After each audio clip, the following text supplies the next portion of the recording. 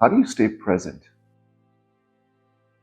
What do you do so that you're not thinking about the fears and anxieties of the future, or you're not feeling the negative emotions that you have been addicted to? The past, drama, guilt, shame, diseases, traumas. How do you keep yourself separated from both of them so you're not losing your energy, thinning your field, allowing yourself to get sick, allowing low vibrational realities to enter your life? How do you get rid of all that and completely stay present? Such as Eckhart Tolle talks about that a lot.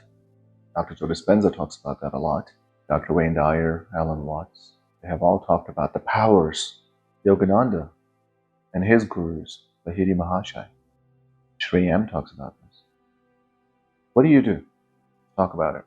There's a couple things I would tell you, and then I'll tell you how I apply them. Gratitude is amazing. If you're not feeling absolute sick right now, if you're feeling healthy, if somebody gives you something, if somebody smiles at you, somebody says hi to you, and you just felt the gratitude, and you immediately said, well, of course, I'm really happy and thankful that I'm worthy of the love that I just received by a stranger, completely just smiled at me and made me smile, right? Or someone complimented you in some way. Gratitude, you can apply in many different ways. I apply it when I sit in my car, when I walk towards my cars. I mentioned, was it yesterday or the day before? I mentioned in one of my videos that I buy very simple clothes, but I want to make sure they look nice.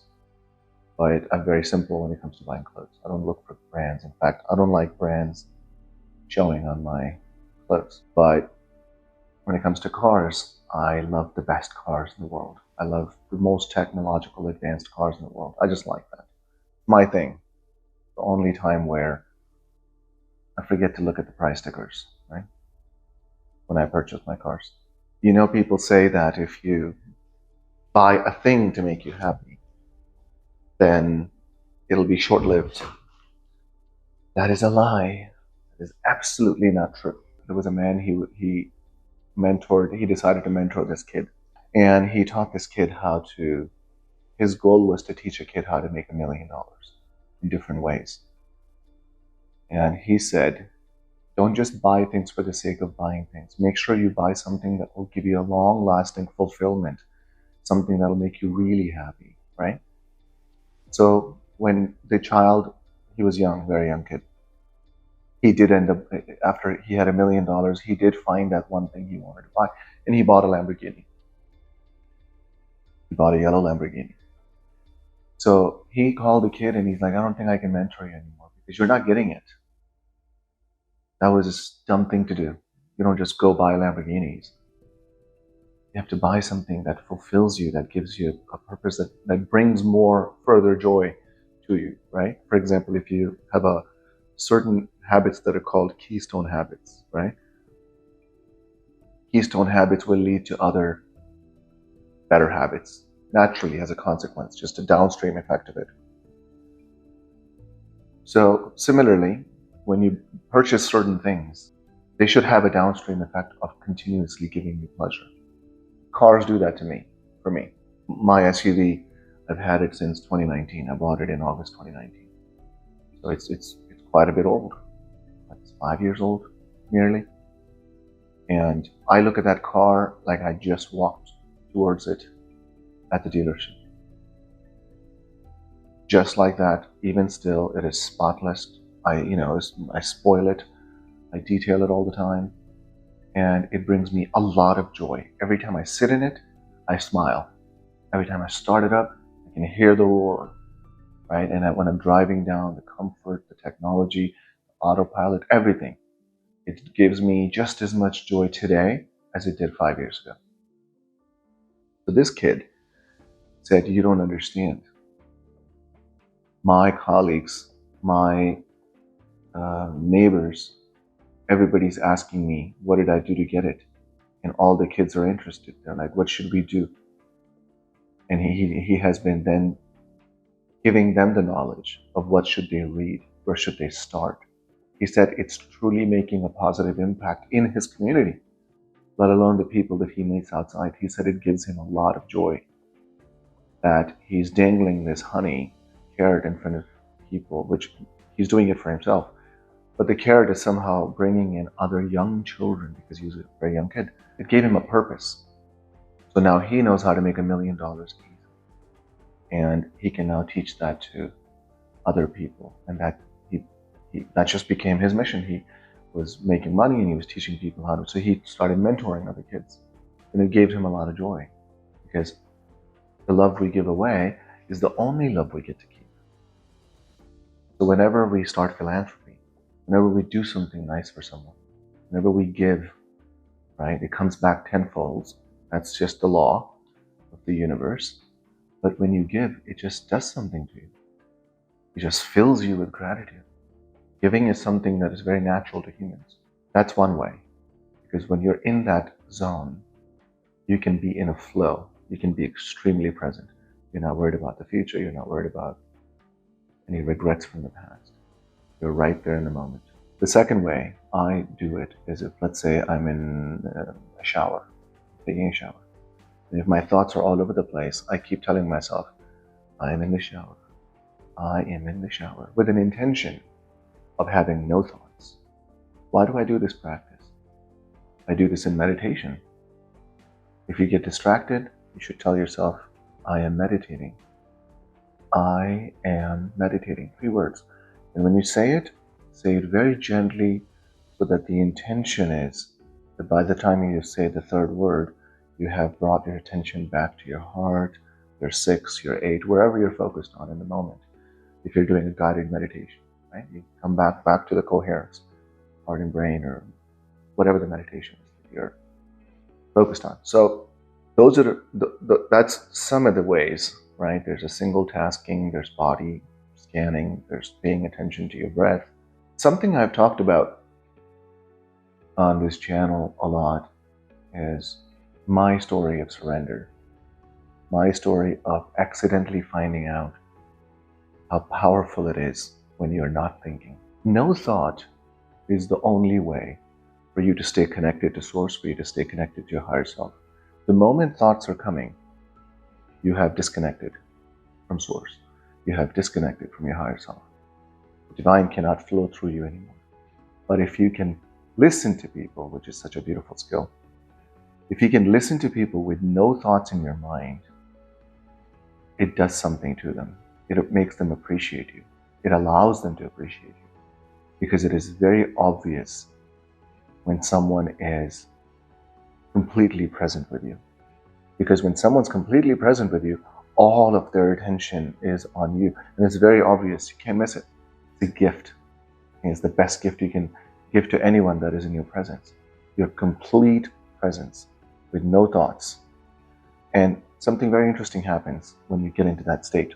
You'll end up contributing to that conversation in such a divine wisdom, clarity way. You will get downloads about what you need to say. You'll get downloads about what they want to hear, what they need to hear. And it comes so eloquently, so smooth, that you almost feel like someone is speaking through you, and you are listening and they are listening to whoever is speaking through you. This happened when I was walking back to my room for something. I forgot my wallet and I ordered food. So I was going back to my hotel room in DC, and I saw Keegan and Kyle sitting having a chat. Keegan was asking a question about the difference between elderly and a child going through a retreat together all day versus similar age people going to a retreat all day, meditating together, eating together, having constant discussions about what they're feeling and hearing and learning. What is the difference between these 2 sets of groups and benefits? And I was in such a trance already from the last meditation, is that I just said things. And Keegan just grabs me. She's like, how do you do that? I was like, I have no idea. I couldn't repeat myself if you asked me to repeat myself. I don't even know what I just said. But it was really cool. I was really impressed with what came out. This type of clarity, formulating your thoughts with such an articulate, eloquent manner, can only happen when you're not thinking. I found this out accidentally in one of my career interviews back in 2015 or maybe 2016. I don't know, one of those. And I was there, and I'm with some couple executives, directors, PMs in the room. And they were discussing the project and the issues and the help they need and all this stuff. I don't know if I was nervous, or I don't know if I was confused. I don't know if I wanted to understand everything, that I couldn't help myself but accidentally just become so present that my mind just went blank, just empty. But it went blank and empty in such a beautiful way that I was able to listen to everything. I was able to connect the dots of everything they're telling me, and I ended up giving solutions and having a strategic conversation around things that they may or may not have thought about, things that they may or may not have tried, things that may or may not be feasible for the given tools they have, for the given infrastructure and processes and the workflows they might have. So the conversation became so beautiful that I blew my brains out. I was just constantly blown away with the things I was saying and the questions I was asking constantly. That when I got out of there, I'm sitting in the car and I couldn't believe it. And of course, before I start my car, I get a call from HR and I already had the offer. I couldn't do anything. I was just sitting there thinking, I was like, what just happened? I want to do this again. And then I did it in my interviews, I did it in my meetings, I did it with people that I was talking to on the phone call, and it just sort of became second nature. This is way before I've ever been introduced to spirituality. I, by accident, discovered quite a few things. For example, I accidentally discovered how to surrender. Truly, this was in the army. So when I got into spirituality, I was either lucky or something, but I found it was very easy for me to see, feel, and experience the transformative powers of the spiritual practices. There's nothing else I want to do.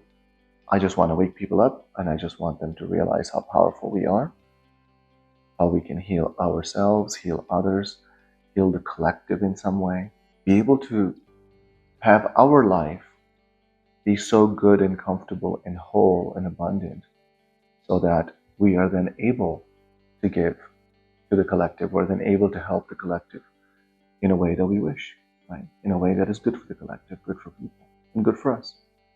And of course, since we're here in our experience, wearing this VR, playing some character, might as well make the most of it, right? Might as well be good, be kind, be patient, be loving, be whole, be a healer, keep the alchemist in us alive, keep the healer in us so active that we can heal other people just with our presence. Just keeping our energy in our field so coherent that it just blesses people when they're near you. There's a lot of times when I will simply focus on one of my energy centers, or I'll create coherence. I'll focus on my brain and my heart at the same time. Of course, it is easy after some time, but initially it is very difficult to focus on. Keep your attention on a couple different energy centers, right? Like I really enjoy paying attention to 146 or 1468 at the same time. Let me know. What do you do? What are the challenges you face getting into the present moment, staying in the present moment, keeping your mind thoughtless? What works, what doesn't work? If you have questions about any techniques, go ahead and ask me. Hope you're having a beautiful day.